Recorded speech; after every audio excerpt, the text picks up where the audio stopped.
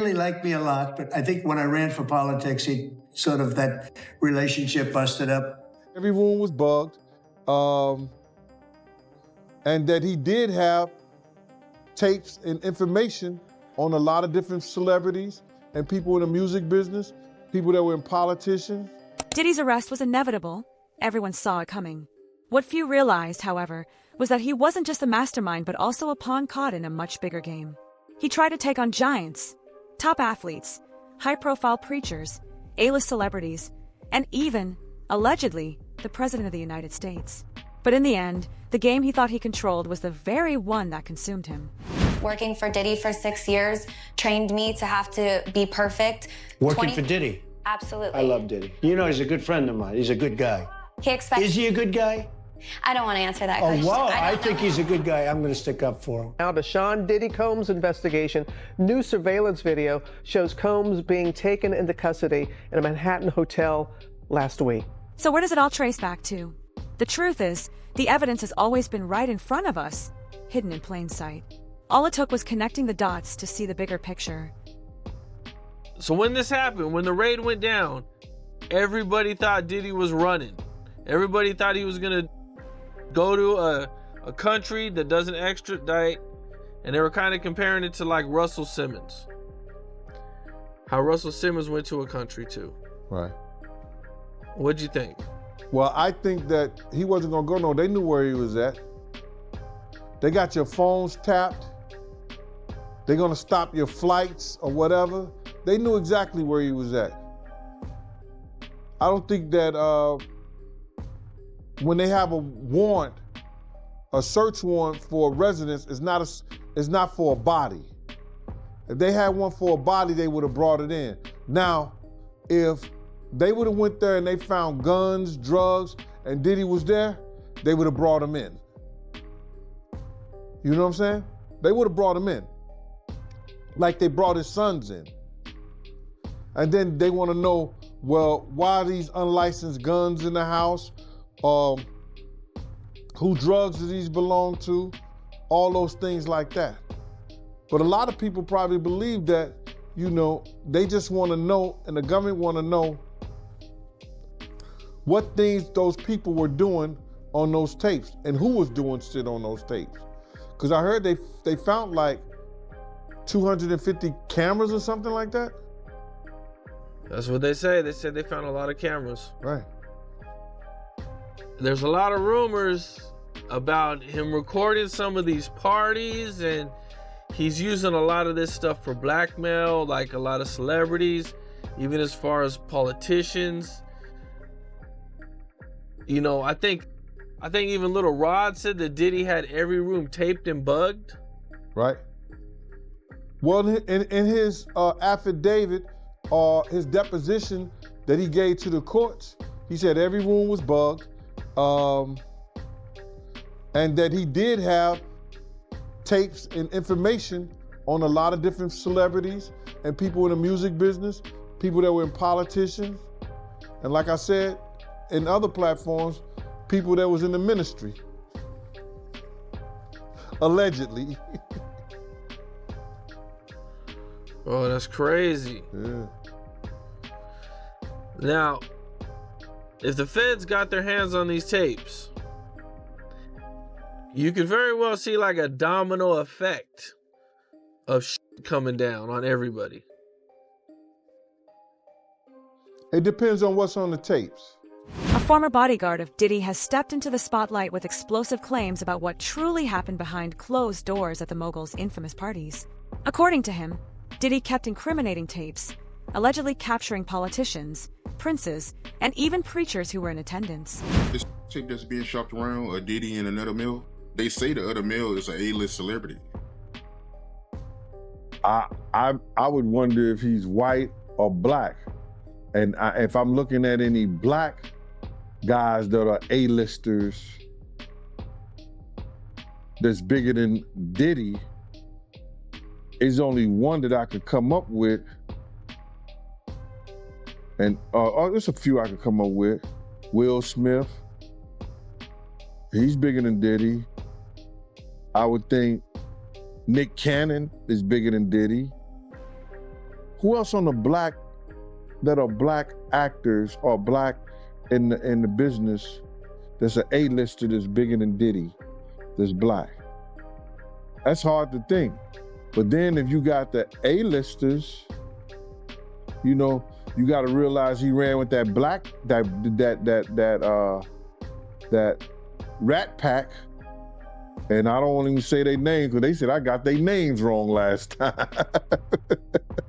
What's his name? Kushner? What's the other guy? Leonardo? Yeah, his name. Man, I don't keep up with these cats, but I heard that that's not only the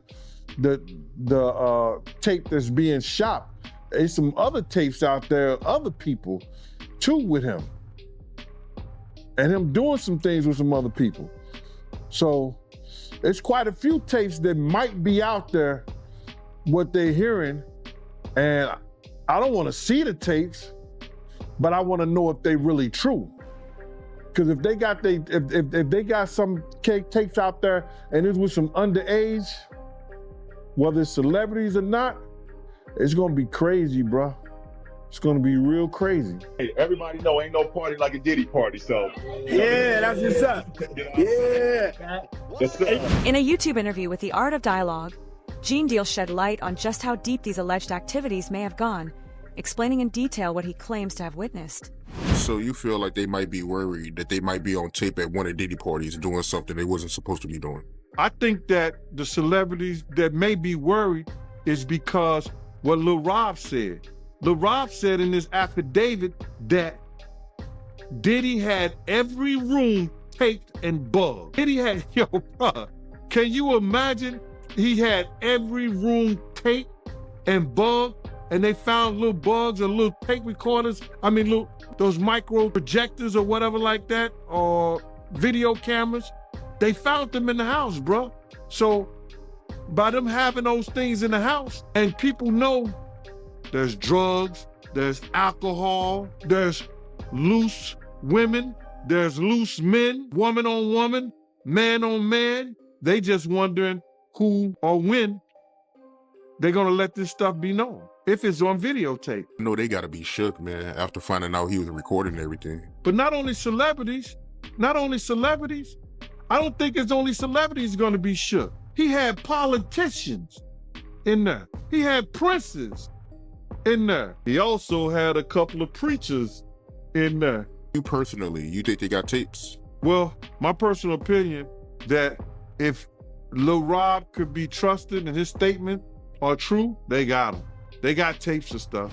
When questioned about why Diddy's media team has remained so silent on the accusations, Deal suggested it was either because they were involved in some of the activities themselves, or because they feared the fallout could damage their brand. As it turns out, the former has since been confirmed to be true.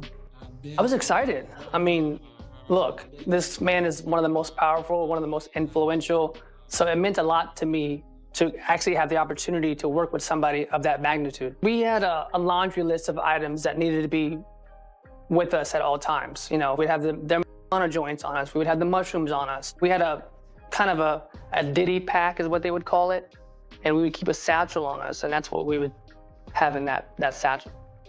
Always on call, Phil witnessed many things he now wishes he hadn't. He says he worked on the periphery of Diddy's now infamous parties known as freak-offs, although he knew them by another name. They were referred to me as Wild King Nights. And what a Wild King Night was when him and a guest would go to a hotel room or be at his home, his bedroom, and they would have intimate gatherings. I would have to go and prep that hotel room, which consisted of baby oil Astroglide, candles, incense, liquor, lights, tons of toiletries, drugs. Phil wasn't in the room for the parties, but he didn't have to be. He knew exactly what went on behind closed doors because One of his jobs was deleting the very incriminating videos of the Wild King nights from his boss's iPhones and iPads. I thought he was this clean businessman who rise to the top because he was such a powerful and, smart, educated man. I had no idea that he had this other side to him. And when I started to get exposed to his lifestyle, I started to really realize, this guy has an addiction. It's not just, once every few weeks. It's every day, every hour. Hey, yo, Phil, can y'all come straighten it up over here? I'm not looking luxurious. In another interview, Deal went further into the federal investigation. He explained that after Cassie's lawsuit against Diddy, prosecutors were almost certain to step in since parts of her filing hinted at possible criminal activity. Once that information became public, investigators had what they needed to start building a case. As the raids unfolded, rumors circulated that Diddy might attempt to flee the country to escape charges. Deal, however, dismissed that idea, noting that federal agents always knew his whereabouts. He also clarified that the raids weren't intended to arrest Diddy on the spot, but rather to gather evidence. Reports later claimed investigators discovered hundreds of cameras throughout his homes, sparking speculation that Diddy had secretly been recording his guests without their knowledge. You think certain politicians, you think certain actors, actresses, they drink and smoke and we know they love pink cocaine? You know they got weed all in the air? They dropping ecstasy pills, they dropping some other kind of sexual pill? Man, do you think he ain't got nobody on tape, bruh? So now, can y'all go get those tapes? If he was blackmailing Cassie and Cassie's mother had to give him $20,000 for her tapes allegedly, you think he ain't bribing nobody else? Or people ain't worried about that that they gotta do business with him because they know what they did at the Diddy party? So those tapes was important. And the federal government, when they showed some of the stuff that was happening in there, you could see the jury cringing. The investigation is still ongoing, but if Deal's claims hold true, this story could expand far beyond Diddy, pulling in many more names and escalating into something much bigger. I will tell you that you do fantastically well. Yes. Just tremendous. You really, it takes a tough guy. Hey, it takes the brains and it takes the this, but it also takes a toughness. Yeah, I go to bed like 4 o'clock. Well, I really like you. Right now, there's growing speculation about whether Donald Trump is playing a role in keeping Diddy behind bars. Some believe Trump may be unwilling to step in on Diddy's behalf because of comments the music mogul made about him years ago. It wasn't always this way. In the past, Trump and Diddy were often spotted at the same parties, even referring to each other as friends. But once Trump entered politics, that dynamic shifted. In a 2017 interview, Diddy said he didn't care about Trump, and by 2020, he escalated his stance, arguing that white men like Trump should be banished and declaring that removing Trump from office was the nation's #1 priority. If this man is elected, we're not standing by no more getting. We're not scared of anybody standing up and standing by. We're on the verge of a race war. White men like Trump need to be banished. That way of thinking, it's real dangerous. When you look at it, we don't have no choice. You know what I'm saying? You can say what you want about Biden. I can't say I love to pick either, but hey, we got to get him in office. Those past remarks are now coming back into the spotlight. In a recent Newsmax interview, Trump said he believes Diddy is sort of half innocent following his federal conviction in July.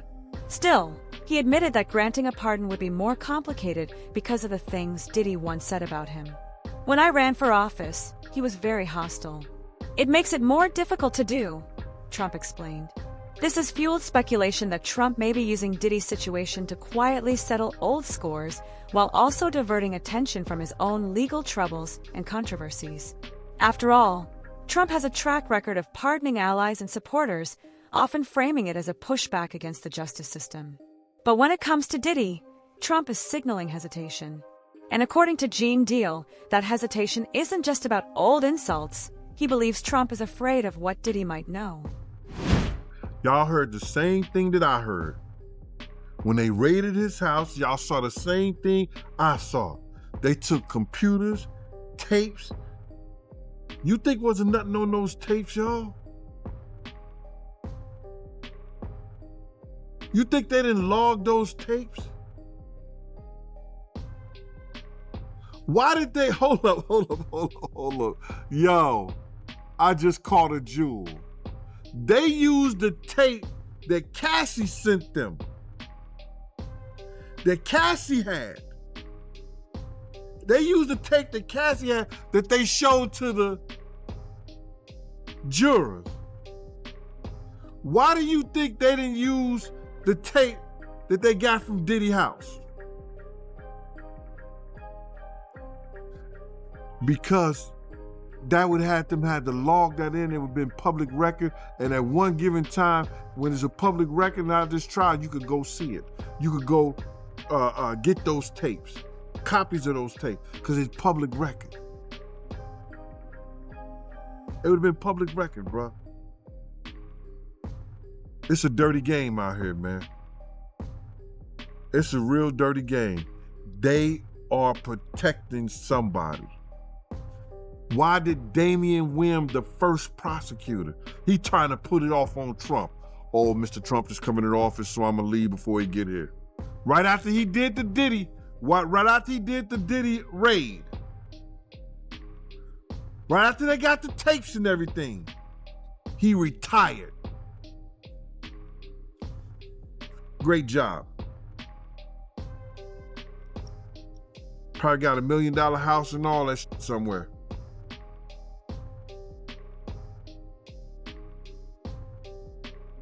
Because he definitely quit and tried to put that shit off on Trump. Y'all saw what I saw. Y'all saw what we saw, the same shit. Y'all heard the same thing that I heard. They took over 256, cameras and who had that many cameras in their house? I don't give a how big the mansion is. It's crazy, man. It's dirty work. Listen, I know it's deeper than what we see. I know it's deeper. With Diddy awaiting his October sentencing, the looming question is whether Trump will keep him locked up as a form of payback, or if mounting public pressure might push him to take a different approach. Either way, Trump's remarks have raised doubts about whether this is truly about justice, or more about settling personal grudges and deflecting attention from his own controversies. With Diddy and Charlie Kirk dominating headlines, and the Epstein saga resurfacing more prominently in recent weeks, many believe Trump is using the moment to keep the spotlight anywhere but on himself. Major developments in Trump's growing Epstein scandal. Lawyers for the Epstein estate submitted the convicted offender's so-called birthday book to members of the House Oversight Committee. Those documents were released by the committee just minutes ago.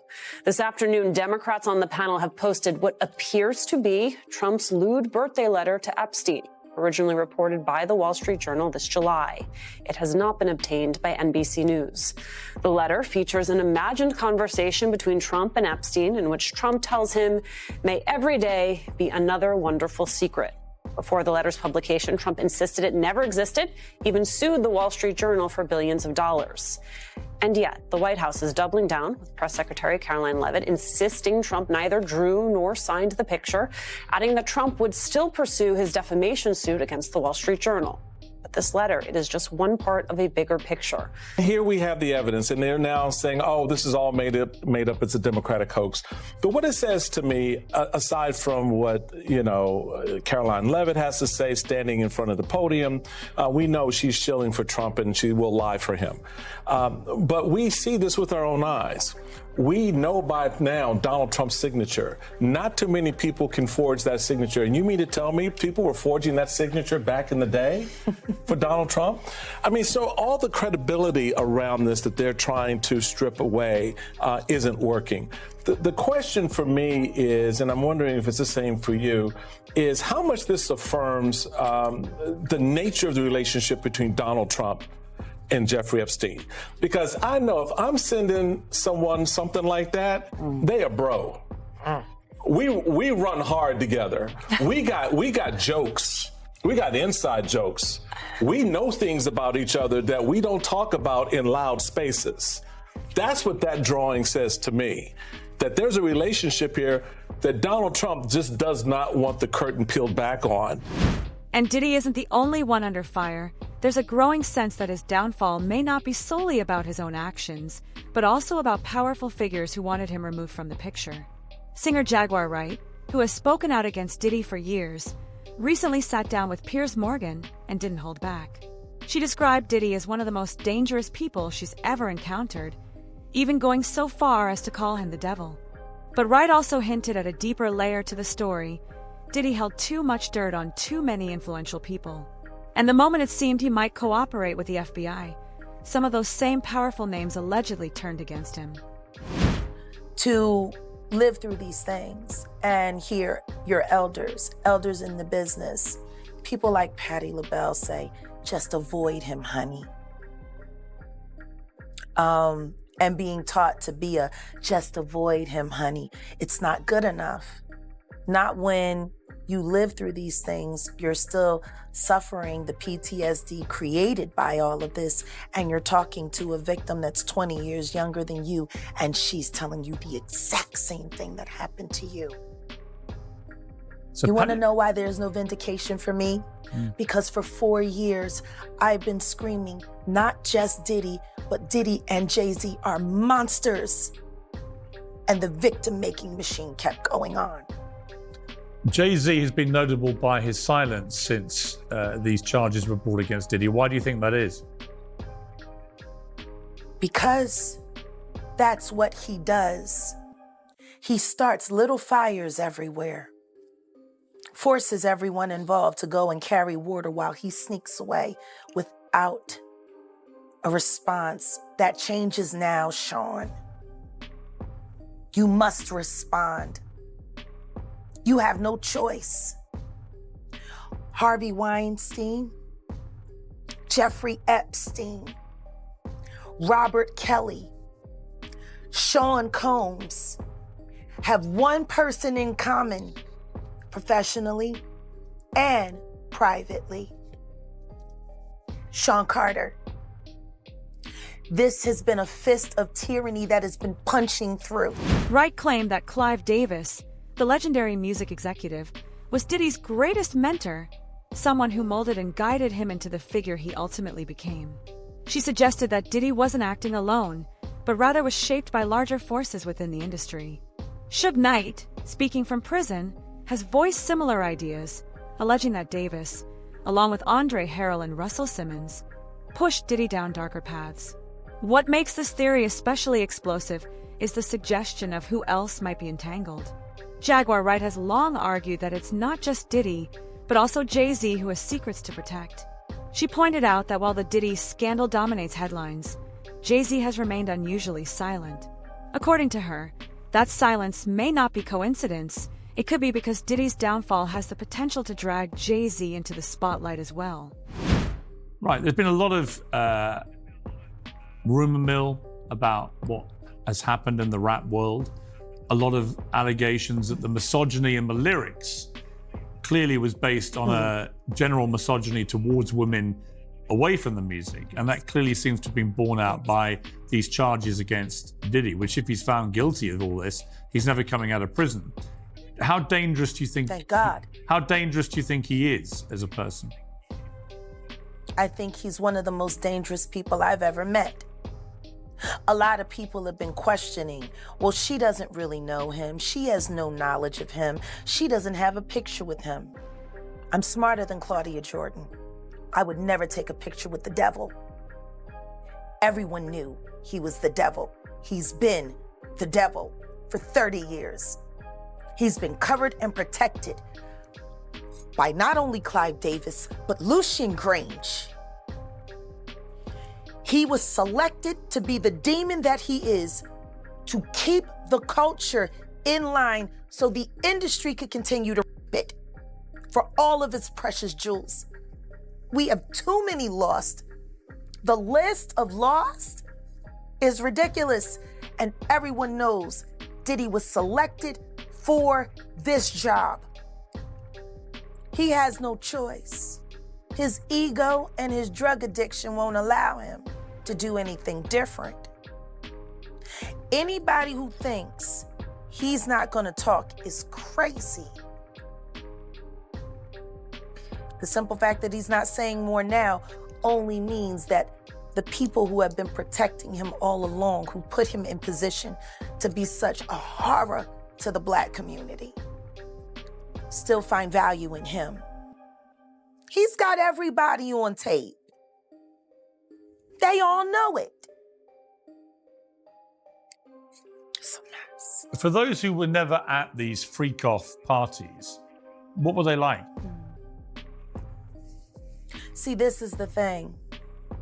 Everything that I'm about to say to you is not my firsthand knowledge. It is my firsthand witness account experience. I was a sex worker. I was a dominatrix before I got my record deal. That's how I know how the dark world and the sex world and the entertainment world run hand in hand. That's why the movie Blink Twice is so important. Salute to Zoe Kravitz.